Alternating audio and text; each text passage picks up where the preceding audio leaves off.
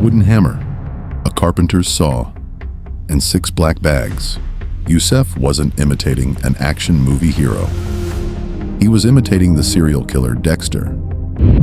In the New Station neighborhood, the game started with a PlayStation console and ended with the most horrifying crime an investigative judge in Egypt has ever seen. One single fact shocked the forensic experts. How could a 13-year-old child do this to his friend? And why? Did he tell investigators chilling details about the taste of human flesh? Today, we won't just tell you a crime story. We will open the black door to a child's mind that we left alone with screens, until he turned them into a living hell. Behind the closed doors of homes, the seeds of disaster are sown without anyone noticing. Yusef, 13 years old. He wasn't an ordinary child. He was the product of a broken environment. His father, a carpenter, was absent all the time, and his mother separated and remarried to start a new life. Yusef found himself alone in a cold apartment, with no supervision, no affection, and no guidance. In this lonely void, Yusef found nothing but screens to raise him. Extreme violence movies and serial killer shows, specifically the famous American series Dexter.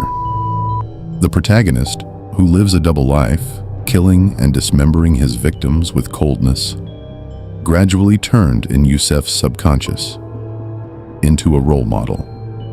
On the other side, there was Mohammed, 14 years old, his friend and neighbor, an innocent child who went to school and returned to play with his friends.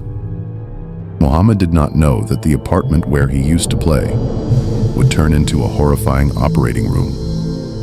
The story began with a simple dispute, a conflict that could happen between any two children, a fight over who holds the PlayStation controller first. For Mohammed, it was just a passing childish anger, but for Yusef, whose memory was saturated with scenes of bloody revenge, this was an insult that required punishment. On October 12th, Yusef decided to execute his plan. He painted a fake smile and went to Mohammed's school. "Come play at my place," he lured him simply. With pure innocence, Mohammed agreed and walked with his own feet into the trap. The street surveillance cameras recorded the last footage of Mohammed as he entered the building, a footage that millions would cry over later. As soon as the apartment door closed, the mask fell. The old argument was renewed, but this time, Yusef didn't want to play. He was ready. While Mohammed's back was turned, Yusef grabbed a heavy wooden hammer that was lying in the hall, and with all the coldness he derived from his series heroes, he delivered a fatal blow from behind. Mohammed fell, and everything ended in seconds. Here, in ordinary crimes, the perpetrator panics. He runs, screams, or cries. But the Dexter syndrome had completely taken control of the teenager's mind. Yusef looked at his friend lying on the ground, and instead of calling for an ambulance, he remembered his father's electric saw. For hours, the child turned into a machine void of feelings. He used his father's carpentry tools to divide his friend's body into 6 parts. He placed them carefully in 6 black bags, exactly as he saw on the screen, as if what he was doing wasn't reality, but just a new level in a video game. The secret didn't last long. The smell and the evidence quickly led the detectives to the apartment. When the investigators entered, they found a crime scene that no mind could believe a child had executed. Yusef was arrested. But the real shock wasn't the crime itself.